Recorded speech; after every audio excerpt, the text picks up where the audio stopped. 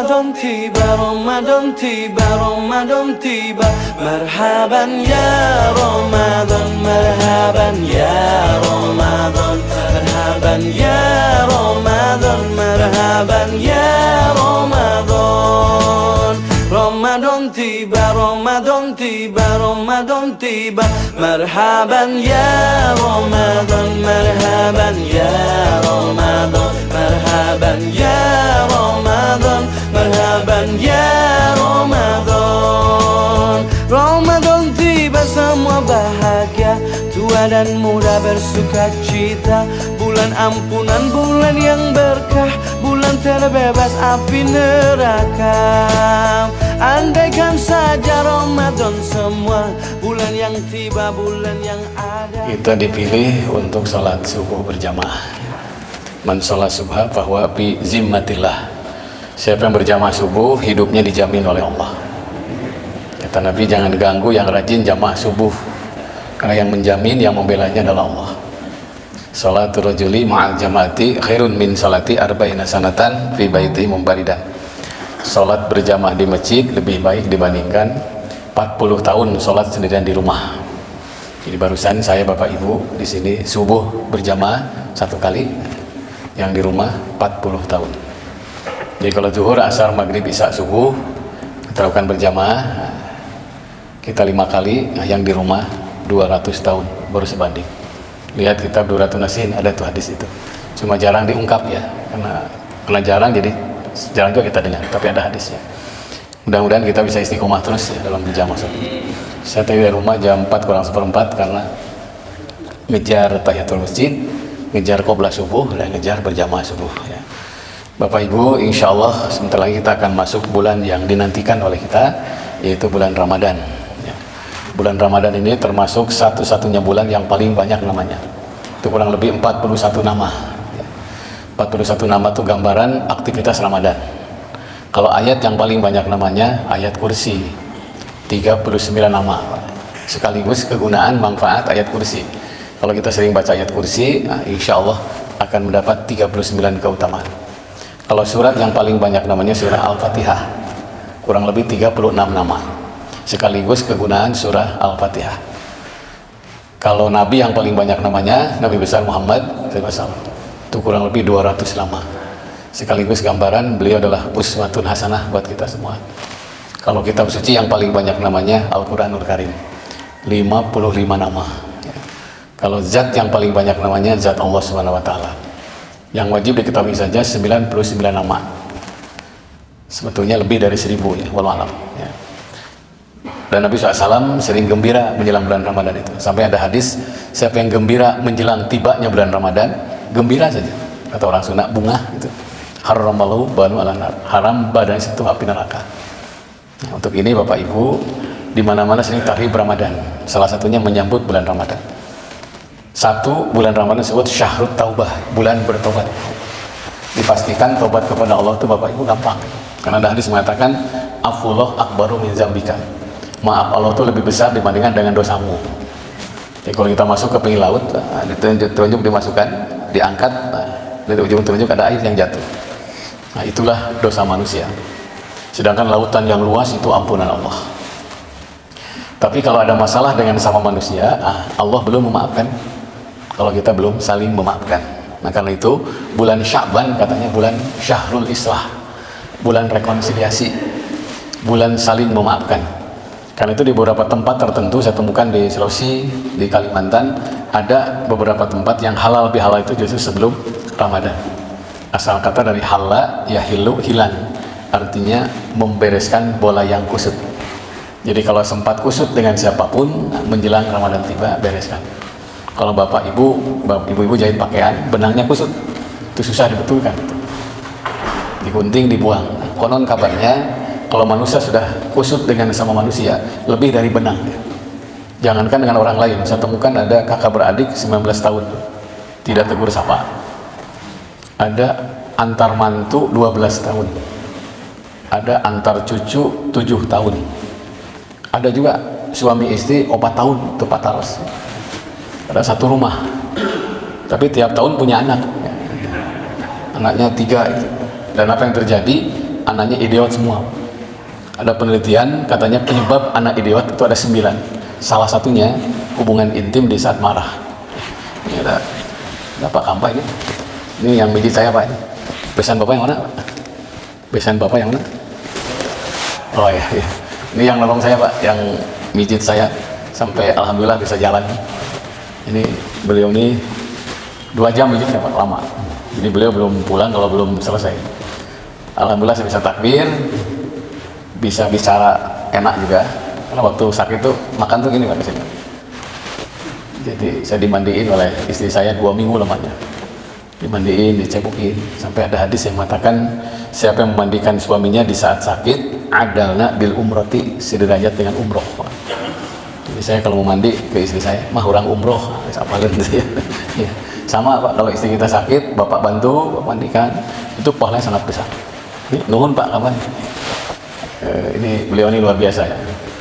Gara-gara mijit itu Air Asia ya, yang gratis sampai sekarang kemana-mana Pak, karena menyelamatkan pasien di pesawat. Ini luar biasa. Ibu ada ibu? Mana Bu? Oh ya Bu, nuhun si Bapak Kak Bumi. Ya, alhamdulillah ya. Ibu disuka dipijit juga? Alhamdulillah ya. Ini luar biasa ya. Itu juga Pak apa? Kapsul apa lagi? Lebah liar ya. Itu bagus juga Pak itu untuk kesehatan. Saya dapat dari beliau Pak, itu langsung sehat. Saya hari ini nggak pernah lupa, kemana-mana sudah bawa air daun kelor Pak ini. Ternyata menurunkan tensi, menurunkan kolesterol, dan apa ya? Ini juga peredaran darah lancar Pak. Jadi saya tiap hari bawa ini. Ini yang bikin istri saya. Alhamdulillah. Naon tadi itu nya? Naon tadi itu Pak? Bahas naon? Oh, kelor. Jadi ya, istimewa Bapak Ibu ya. Ada beberapa versi nih hadis ini. Ada yang mengatakan sebelum Ramadan, asbabul wurudnya itu. Ada yang mengatakan setelah Ramadan. Ya kalau sebelum Ramadan ya kita akhir bulan Sya'ban. Nabi SAW itu memberikan khutbah ya. Karena belum ada pengeras suara, jadi mimbar tuh pakai tangga. Pas menaiki tangga itu Rasul mengucapkan amin. Ada hadis yang lain 3 riwayat, 3 kali aminnya. Ada yang mengatakan juga 4 kali. Wallahu a'lam. Kalau hadis begitu ya, ada beberapa versi. Amin, amin, amin, amin. Begitu keras sampai kedengaran di belakang itu. Ya Allah kabulkanlah, kabulkanlah. Semua kaget karena tidak ada yang berdoa Rasul mengucapkan amin. Ya jelas al-amin belum ada waktu itu ya. Jadi amin rais ya canaya hari tanya. Selesai Jumatan ya sahabat kumpul. Ya Rasul nggak mengaminkan siapa? Nabi mengatakan Jibril berdoa saya aminkan. Amin pertama, ya Allah jangan terima amaliyah Ramadannya. Saumnya, tarwihnya, zakatnya, infaknya, sedekahnya. Orang yang menyakiti kedua orang tuanya. Rasul mengaminkan waktu itu. Amin kedua, ya Allah jangan terima saumnya, amaliyah Ramadannya, orang yang menyakiti pasangannya. Jadi saya bapak-bapak tarawih sia-sia kalau belum dimaafkan oleh istri kita. Ibu tarawih amaliyah Ramadan sia-sia selama belum dimaafkan oleh suami. Amin yang ketiga, ya Allah jangan terima amaliyah Ramadannya orang yang menyakiti tetangganya. Rubba akhilaka lam talindu umka. Betapa banyak saudaramu yang tidak dilahirkan dari ibumu. Siapa yang dimaksud? Tetangga. Ada yang lain, hadis yang lain. Amin yang keempat, Jibril berdoa, ya Allah jangan terima saumnya, amaliyah Ramadannya orang yang menyakiti sahabatnya. Nah, yang pertama orang tua. Jangan lupa. Begitu penting baik sama orang tua. Coba lihat, kalau lihat Quran tuh. Ati Allah wa ati Rasul wa ulil amri minkum. Taati Allah, Rasul dan pemerintahan kalian. Kalau nggak salah itu An-Nisa 59. Kalau bicara taat, Allah, Rasul, pemerintah. Jadi kapan Idul Fitri, kapan Ramadan, tunggu pemerintah. Bukan ormas yang menentukan, ayatnya jelas. Tapi kalau bicara terima kasih, anishkurli wali walidaika. Berterima kasihlah kepada Allah dan kepada kedua orang tuamu. Jadi Allah orang tua, Rasul kalah lah. Ini sekaligus meluruskan karena ada kelompok sempalan demi kelompoknya boleh meninggalkan orang tuanya. Bahkan demi kelompoknya boleh mencuri barang orang tuanya. Saya pernah diundang tiba-tiba Pak Muhtar ke sini. Kenapa? Saya hilang berlian kan. Itu harganya 400 juta. Saya di rumah ada siapa? Gak ada siapa-siapa, ada cucu aja sendiri katanya. Ya tuyul cenah wanian kieu cenah. Sekarang saya ingat saya tuyul enggak senang berlian gitu. Akhirnya ada siapa di rumah? Ada cucunya. Mana cucu sekarang? Sudah 3 hari tidak pulang. Sudah pulang 3 hari, datang, rupanya cucu yang ngambil cucunya. Dijual, diserahkan kepada kelompoknya. Dijualnya cukup murah, 200 juta. Dan tidak mau yang membelinya kecuali tebus 300 juta. Nah, ketika diteliti ternyata yang laki-laki ya. Gimana ceritanya? Sampai ke lebih panjang, naik bis, dijemput di Jakarta, tutup mata, perjalanan 3 jam. Dibaiat, cuci otak, sampai kurang waras. Dan itu yang mengatasnamakan Islam. Tidak mungkin lah Islam itu sampai tega ngambil, mencuri barang orang tuanya. Jadi kalau bicara jasa, anishkuli wali walidaika, berterima kasihlah kepada Allah dan kepada kedua orang tua. Ada seorang sahabat yang datang kepada Nabi, ya Rasulullah, saya ingin berjihad, ingin perang. Nabi langsung, masih ada orang tuamu, masih ada, pulang, sok berbuat baik sama kedua orang tuamu terlebih dahulu. Jihad itu innama jihad man ala walidai. Sesungguhnya jihad itu mempersembahkan yang terbaik untuk orang tua. Begitu penting baik sama orang tua, sampai berperang saja ditangguhkan, baik dulu sama orang tua. Ada hadis yang cukup panjang, seorang sahabat gendong ibunya dari Madinah ke Mekah, 490 kilo lah, setengah pulau Jawa, mungkin Bandung Solo lah. Itu digendong ibunya. Kita tahu Mekah itu asal kata 2 kata, baka ya buku bakan, artinya berdesak-desakan. Jadi menurut bahasa Mekah itu berdesakan. Kalau kita haji atau umroh harus siap berdesak-desakan. Apalagi sekarang ini, Masya Allah, tetangga baru pulang umroh, Pak Ustadz, Masya Allah, PJ Ismail antri, ya Hajar Aswad antri, masuk masjid juga antri, berdesak-desakan. Sampai doa yang saya Bapak Ibu hafal, pagi dihafalkan, malam dihafalkan, mau tidur dihafalkan, karena berdesakan banyak yang lupa. Saya temukan antara Hajar Aswad, rukun yang mana Hajar Aswad kan populer itu. Rabbana atina fid dunya hasanah wa fil akhirati hasanah wa qina adzabannar. Ada seorang ibu dari Sanca Ekek itu keras beri salah. Rabbana atina fid dunya hasanah wa fil akhirati hum yuqinun. Haram di belakang. Kenapa ini Bu? Ada ayam, ada bahasa Sunda, ya ya saya nggak doa salah bari tarik. Nah itu udah proses sedek cenah liur itu ngajilang kana Baqarah. Itulah Mekah. Nah, berdesak-desakan. Saya sempat merenung, kenapa nggak boleh jidal, bertengkar? Kenapa nggak boleh lepas, mendekati zina? Kenapa nggak boleh fusuk? Ya, saban gereh, merasa paling benar sendiri. Karena Ka'bah itu marsabah linnas, marsabatal linnas, tempat berkumpul seluruh manusia. Aneka bahasa ngumpul, aneka warna kulit ngumpul, aneka mazhab ngumpul. Mungkin kalau di sini sholat hanya 3 gaya lah saya lihat. Otak. Nah itu warga orang di persatuan itu. Kelihatan asyhadu alla ilallah. Nah itu warga orang di NU. Kalau ngacung dari awal, nah itu Muhammadiyah. Muntah ngacungnya geus paeh. Punten. Di Mekah tuh Masya Allah ngumpul semua. Saya pernah waktu haji tahun berapa, 98 kalau nggak salah, saya lagi sholat di Maqam Ibrahim. Musola itu maknanya 2, sholat dan berdoa. Kalau Bapak Ibu tidak bisa sholat, berdoa itu sama. Ya, saya ngambil sholat, selesai berdoa sambil megang sebelah kanan dan sholat, Allahu Akbar, nggak ngangkat tangan. Akhir sholatnya salam 1 kali, Assalamualaikum warahmatullahi wabarakatuh. Saya bilang, minain anta, kau dari mana? Senegal. Di Indonesia kalau sholat diawali takbir sambil ngangkat tangan. Dia bilang sholat diawali oleh takbir, bukan oleh ngangkat tangan. Ya, rukun sholat itu takbirnya. Adapun letak tangan tidak termasuk rukun sholat. Makanya Allahu Akbar itu ke bawah Imam Hanafi itu. Akhir sholatnya salam 1 kali, Assalamualaikum warahmatullahi wabarakatuh. Saya bilang di Indonesia salam 2 kali sambil memalingkan muka kanan kiri, Assalamualaikum, Assalamualaikum. Dia bilang sholat diakhiri oleh salam, bukan oleh luak liuk, katanya. Saya merenung terus ya. Ra'sul ilmi al-mudarah. Puncak ilmu itu toleransi. Makin tinggi keilmuan seseorang, makin toleran dengan siapapun. Nah, jadi Mekah itu berdesak-desakan. Lebih dari 3 orang yang ceritanya sama.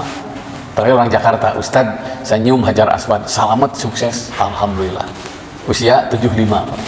Saya lihat pipinya baru ya merah-merah, ternyata yang dicium salah. Wanita hitam dari Afrika. Itu terjadi, Pak. Karena memang berdesakan, itu bisa membedakan mana batu, mana pipi. Inilah Mekah. Kedua, baka yabki bukaan, artinya berlinang air mata. Jadi kalau ada orang yang berangkat haji atau umroh diantar oleh linangan air mata, nu nganter ceri, nu diantar ceri. Saya pertama kali haji tahun 92, nangis, merenang mimiti. Ternyata sudah 26 kali haji saya, 150 kali umroh, anggar ceri. Makanya ada penelitian, kenapa di Mekah cepat diijabah doa? Salah satunya nangis. Dalam Al-Quran, orang yang lembut hatinya bila berdoa, taro a'yunahum tafidu minadam'i. Kamu lihat air matanya belinang karena ingin diijabah doanya oleh Tuhannya. Sama Bapak Ibu, di tanah air juga begitu. Istri saya baru pulang kemarin dari Sidoarjo. Saya bilang jangan hanya Sidoarjo, pergi ke para wali, 4 hari 4 malam. Pulang saya cerita sebelum tidur, apa mah oleh-olehnya apa? Palingan para wali diijabah doanya. Kenapa? Sering sembunyi Pak, ke gunung-gunung, karena ingin konsen berdoa kepada Allah. Yang kedua, rata-rata dalam beberapa literatur para wali itu sering menangis tengah malam. Jadi kalau tengah malam berdoa jam 1 cepat diijabah. Jadi kalau ibu bapak ingin merasakan Allah itu ada, ingin dijabah segala doa, berdoalah jam 1 malam. Kalau berdoa pada duhur, pada asar, pada maghrib itu yang berdoa banyak. Jadi operatornya sibuk gitu kan. Yang tengah putih ngacang kita, yang penting tuh nangis. Saya dapat amanah ya luar biasa ya. Untuk saya yang terbatas kemampuan, mustahil. Tapi kalau Allah dilibatkan tidak ada kata-kata mustahil. Idza sadaqal azmu wal wasabil. Apabila ada niat baik pasti ada jalan. Mau saya bangun masjid. Waktu belum respon 1,8 miliar. 1 tahun ngumpulin uang hanya ada 60 juta. Kuma Pak Haji jadi sana masjid. Kita mulailah Pak, bismillah aja. Tapi panitia ngumpul semua di rumah sudah. 1 tahajud jam 1. Kedua saya bilang doa. Yang mana doanya? Yang pendek aja sudah. Ya Kudus, ajib lana bil pulus. Kata doa halus gitu ya.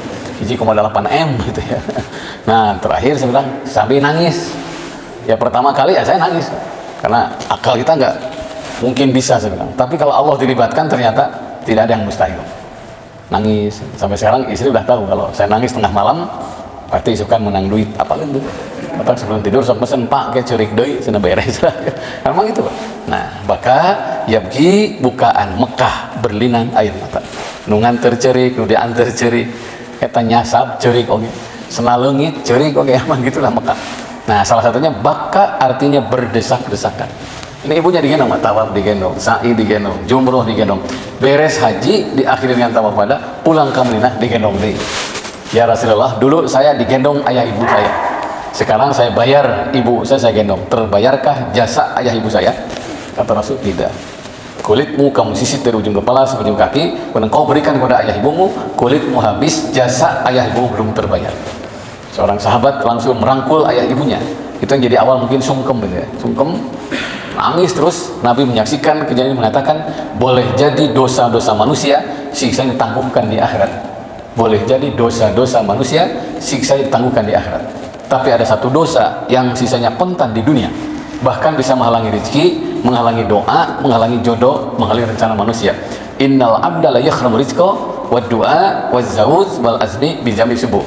Sesungguhnya rizki, doa, jodoh, rencana manusia akan terhalang dengan dosa yang dilakukan. Dosa yang mana Rasulullah? Kata Rasul salah satunya uququl walidain, menyakiti kedua orang tua. Jadi doa, jodoh, rizki, rencana manusia bisa terhalang dengan dosa yang dilakukan. Saya punya biro jodoh yang ada dalam ini, nggak begitu cantik, tidak begitu cakep, tapi jodohnya gampang. Saya bilang tolong tadi orang ini kok 3 bulan diamalkan dapat jodoh. Oh palingan ji, kenapa? Dari gajinya 50% dia sisihkan untuk ayah ibu. Ternyata mempercepat jodoh apabila orang tua baik sama orang tua. Walaupun tidak begitu cantik, tidak begitu cakep. Saya ke Ibu Rama jodohnya gampang. Walaupun cakep cantik, tapi nggak baik sama orang tua bisa jadi susah jodohnya.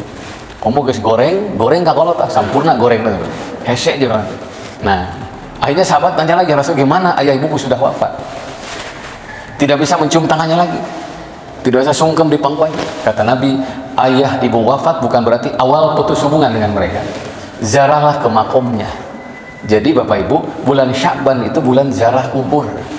Ulah piknik minang, ay kuburan kolot itu pernah ditempok. Tujuan ziarah kubur itu 5, supaya tidak salah. 1, niatkan musyakarah, tanda terima kasih. Kalau tujuannya tanda terima kasih, rumusnya la in syakartum la azidannakum. Jika kalian berterima kasih, Allah tambah nikmat kepada kalian. Jadi kalau indikasi nikmat dicabut oleh Allah, ada isyarat bahwa banyak sekarang yang lupa menziarahi ayah ibunya. Karena dengan jasanya kita bisa seperti ini. Coba sekali-kali kita merenung sambil lihat foto orang tua kita. Saya kemarin di ruang tamu, saya nangis agak lama. Di rumah kemudian nggak siapa-siapa. Istri pergi, ya anak juga kuliah.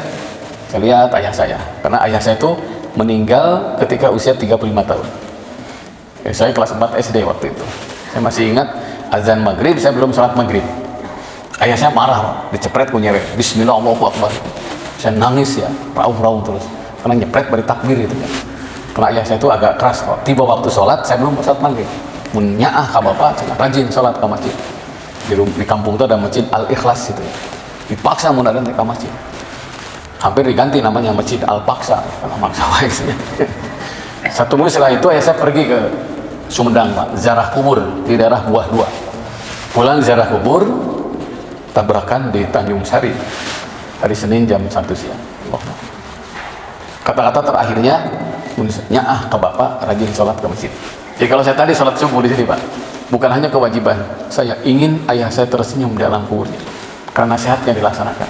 Karena setiap nasihat yang dilaksanakan oleh kita bukan hanya dapat pahala, tapi almarhum akan bahagia dalam kuburnya. Kenapa? Nasihatnya dilaksanakan.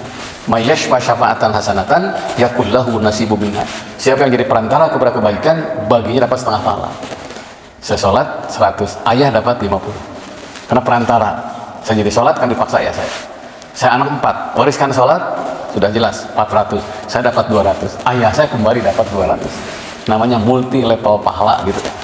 Nah, untuk ini Bapak Ibu saya termasuk.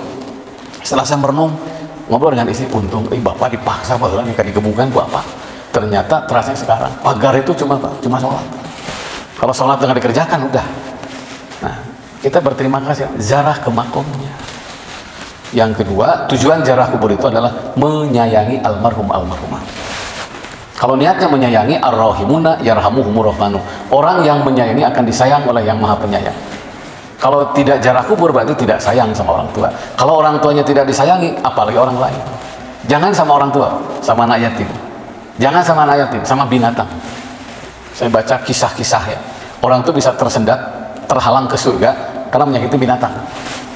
Saya baca kisah sufi ya. Ada seorang yang penyayang kucing. Lagi makan bersama, pengumuman di masjid.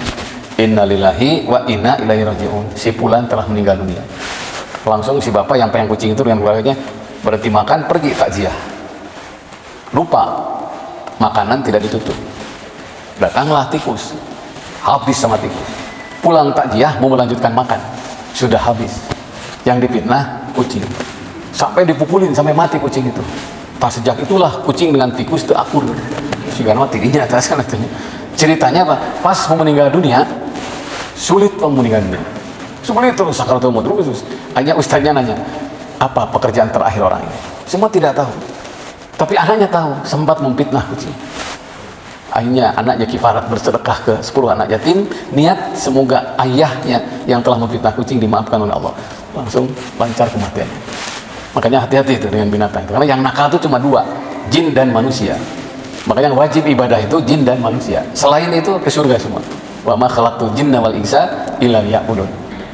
Jin dan manusia yang nakal itu. Selain manusia dan jin itu saloleh sedayana. Saya waktu ke Yordan masuk ke Gua Kahfi. Ternyata Gua Kahfi itu dijaga oleh anjing namanya kitmir. Kitmir itu yang menjaga Gua Kahfi. Dalam hadis Muslim boleh menjaga rumah dengan anjing, boleh menjaga ternak dengan anjing, boleh menjaga kebun dengan anjing. Bahkan ada satu kasus yang saya anggap luar biasa. Istrinya ada yang meninggal keluarganya ke Sukaluyu. Nah, semua pergi ke takziah ke Sukaluyu. Suaminya di rumah dengan anak yang paling kecil. Dicubulit rumahnya itu. Kata bapaknya, "Dek, mau mie ayam nggak?" "Mau, Pak." Pergi pakai motor ke alun-alun. Ke mana? Cumbulit ke bawah tuh Camblas. Pulang anjingnya itu ngeguk terus. Sampai anaknya kaget. Ini kenapa anjing itu? Mungkin ingin mie ayam. Dikasih juga masih menggong terus. Ternyata bapaknya itu bawa perempuan nggak bener Pak ke rumah. Jadi anjing itu tahu karena perempuan pelakor itu. Makanya penting Bu melihara anjing itu jaga suami. Itu ternyata itu sampai pantesan penjaga kahfi itu adalah anjing. Saya waktu ke Padang, ternyata di Padang tuh banyak melihara anjing. Waktu ke rumahnya Agus Salim terus banyak melihara anjing itu karena memang ada hadisnya. Yang tidak boleh itu kalau sudah bersatu di rumah. Kembali yang tadi. Jadi pas kita ziarah kubur tanda sayang sama almarhumah. Bahkan dalam kondisi tertentu almarhum akan mendatangi keluarganya. Satu ketika haji. 15 tahun setelah ayah saya wafat, saya pergi haji. Berarti waktu itu saya usia 25 tahun, tahun 92. Kata Pak Kiai Syamsuri, Ustaz katanya, sok doakan orang tua. Tawafkan. Tawaf, sudah capek, Pak, gimana kalau capek tawaf? Inda ru'yatil Ka'bah, doakanlah sambil menatap Ka'bah. Saya absen itu semua kakek semua. Pas mendoakan ayah saya nangis. Nangis karena ya saya belum berbuat sesuatu, ayah sudah wafat. Rupanya nangisnya saya itu disangka oleh orang jamaah haram itu saya kecopetan. Setiap orang yang lewat tuh masih real itu, banyak itu uang real tuh. Tak itu cara namun yang duit di Mekah. Itu. Saya gini kan uang, di mana? Saya bilang saya bukan ingin uang. Saya ingat ayah saya. Kemana ayahmu? Sudah wafat. Sok tawafkan saja. Jadi tawaf tuh boleh, tawaf sunnah tuh mendoakan orang yang kita cintai. Pokoknya ingin anak soleh silahkan. Robbi habli minas solihin, Robbi habli minas solihin. Saya tawaf, Robbi rahmuma kamar terus saja. Masuk Hijri Ismail doanya itu, Maqam Ibrahim itu, Mutajam itu. Lulus talang emas ada tiang warnanya coklat. Kalau nggak salah di atasnya ada surat jin ayat 1 sampai 3. Sekarang sudah nggak ada tiang. Saya bersandar di situ, apa yang terjadi? Mimpi. Masuk ke dalam Ka'bah dengan almarhum ayah saya. Saya nangis terus, dirangkul oleh orang Yaman, ya, jenggotnya panjang karena punuk. Coba sedih, coba getek, punuknya, janggot. Barakallah, barakallah. Jangankan mimpi masuk ke dalam Ka'bah, mimpi lihat Ka'bah saya itu satu keutamaan yang baik. Mungkin kamu akan sering pergi haji. Saya nggak jawab cuma amin, amin, karena istilah Sunda pamuhalan, Pak. Pamuhalan tidak mungkin. Berangkat haji saya dulu, saya berangkat di ongkosan orang lain. Jadi ceritanya saya dipanggil oleh Kiai, ini kamu berangkat haji, katanya. Saya bilang kenapa saya? Kan ada yang senior ustaz-ustaz. Justru rekomendasi dari mereka, karena kamu paling rajin jamaah subuh, Pak. Sering datang sebelum waktu adzan subuh. Jadi saya berangkat haji pertama itu karena penghargaan sering jamaah subuh. Nah, pamuhalan, tidak mungkin saya diongkosin, enggak. Ternyata betul, Pak. Dari 92 sampai kemarin yang tidak bisa berangkat haji karena sakit. Jadi ternyata orang yang sudah meninggal bisa mendatangi keluarganya, salah satunya ketika haji. Ini makanya berangkat haji atau umroh itu penting. Ada dari PLN, ada Pak Denny, biasanya ada Pak Haji Denny. Oh iya, Pak. Ada Sadi, Pak Didi, oh iya Pak, atas bodasnya. Waktu haji masih namanya ibu ya ibu Pak Sigit, Pak, ada Pak Sigit Darmawan udah wafat ya. Nah ini dengan saya umroh Pak 5 kali. Umroh pertama mendoakan anaknya, umroh kedua anaknya, umroh ketiga anaknya. Kalau nggak salah keempat kalinya saya tanya, Pak, anak kan udah berhasil dapat jodoh semua, sekarang Bapak umroh. Beliau nangis rangkul saya, Pak Muhtar, saya ingat ayah saya, jasanya sangat banyak buat saya. Saya umroh hari ini, bulan ini, rindu sama ayah saya. Pak, tawafkan. Tawaf. Pas masuk Hijri Ismail, saya ajak pulang, nitip istri dan anak saya, Pak Ustaz. Saya tunggu di pintu 1, beliau keluar, Pak, bengkak itu. Apa orang sudah bilang, cari dulu. Kenapa? Kenapa, Pak? Kenapa? Pak Ustaz, saya nangis tadi, bahagia. Kenapa? Saya lihat almarhum ayah saya tersenyum di Hijri Ismail.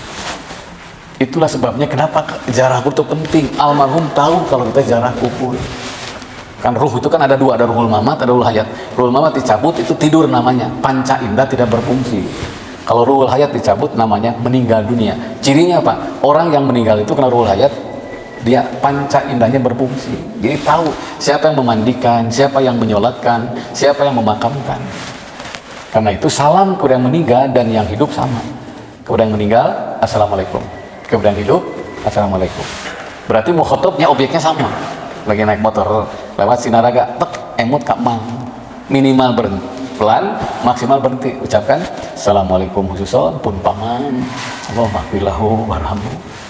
Ayah nu ngajawab, nu ngajawab salam. Mudah-mudahan nu ngajawab. Waalaikumsalam. Makanya dosa besar dalam hadis ini apa? Melangkahi kuburan. Komo ngajual kuburan. Itu banyak sekarang Pak kasus, dan ujungnya lebih dari 5 orang yang sudah jual tanah wakaf kuburan tidak digunakan untuk wakaf lagi untuk orang pribadi, yurisul faqra, bangkrut Pak.